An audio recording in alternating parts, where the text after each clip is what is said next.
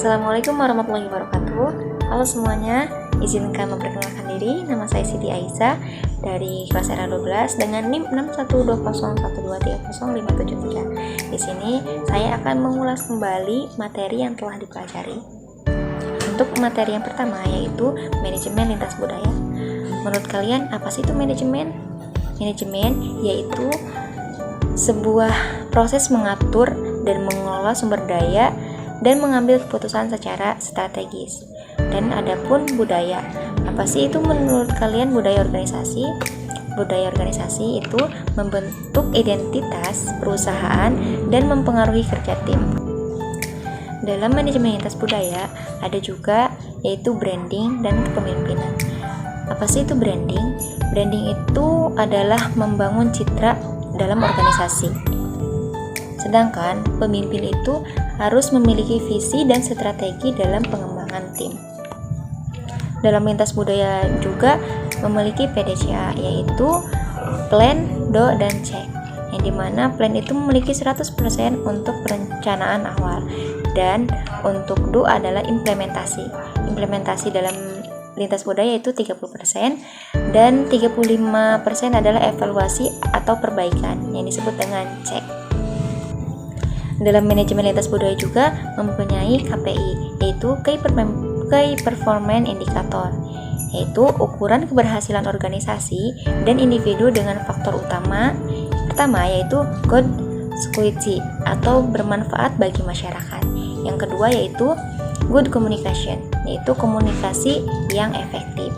Dan yang ketiga adalah good attitude. Good attitude itu sikap yang profesional.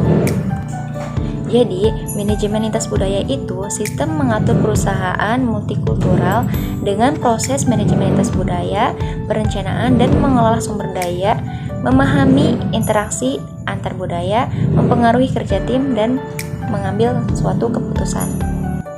Ada juga yaitu definisi manajemen. Manajemen tadi mempunyai definisi PDCA ya. Yang pertama itu plan, do, dan check. Terus manajemen juga mempunyai unsur manajemen. Yang pertama adalah material, method, dan money, serta market. Oke, selanjutnya kita membahas tentang budaya. Budaya itu adalah hal-hal yang berkaitan dengan pribadi atau dengan adat istiadat, akal manusia, dan sesuatu yang menjadi sebuah kebiasaan. Budaya organisasi juga terbagi menjadi 4. Yang pertama adalah budaya klan, budaya adaptivitas, budaya achievement, dan budaya biokratik. Tantangan utama dalam manajemen lintas budaya adalah memahami dan mengatasi perbedaan budaya, seperti gaya komunikasi, nilai-nilai, dan norma sosial. Dan kenapa sih kita sebagai anak manajemen harus mempelajari budaya dan pengondisian budaya yang berkaitan dengan kepemimpinan dan organisasi? Jadi kita sebagai anak manajemen itu seringkali dihadapkan dengan berbagai tantangan dan mengelola tim dalam organisasi. Namun saya menyadari bahwa salah satu kunci keberhasilan dalam mengelola tim atau organisasi itu adalah memahami budaya dan pengondisian budaya yang berkaitan dengan kepemimpinan dan organisasi. Dan setelah melakukan beberapa penelitian, saya menyadari bahwa budaya organisasi yang kuat dan efektif itu dibangun melalui proses pengondisian budaya yang baik. Organisasi tersebut memiliki visi misi yang jelas dan semua anggota diarahkan untuk mencapai tujuan tersebut. Selain itu, organisasi juga memiliki nilai-nilai yang kuat dan dijunjung tinggi oleh semua anggota. Lalu, bagaimana sih untuk mempelajari budaya dan pengondisian budaya? Yang harus kita lakukan adalah yang pertama, melakukan penelitian dan analisis tentang budaya kerja organisasi maupun perusahaan. Yang kedua yaitu berinteraksi dengan karyawan lainnya yang memahami budaya organisasi.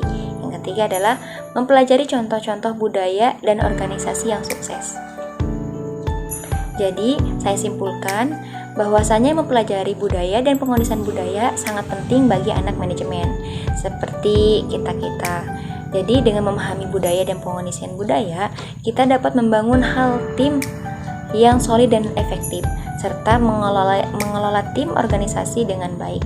Oleh karena itu, kita harus terus mempelajari dan meningkatkan pengetahuan kita tentang budaya dan pengondisian budaya.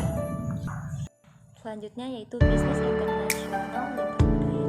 Adapun pengertiannya yaitu praktek menjalankan bisnis di seluruh dunia untuk mempertimbangkan perbedaan-perbedaan seperti budaya, agama, bahasa, nilai-nilai yang ada di berbagai negara.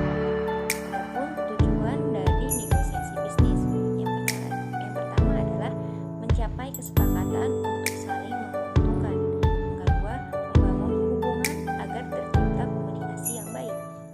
Adapun strategi manajemen internasional lintas budaya yaitu menghindari stereotip, mengikuti pedoman, dan membuka komunikasi dan relasi.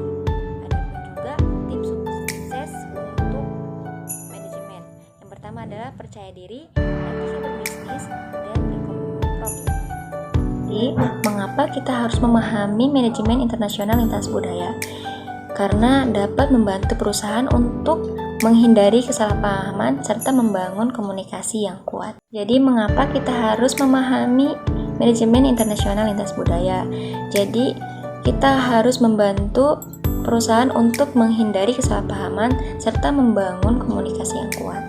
Nah, itu saja materi yang dapat saya sampaikan. Semoga sedikitnya materi ini bisa menambah ilmu dan wawasan teman-teman. Sekian dan terima kasih. Wassalamualaikum warahmatullahi wabarakatuh.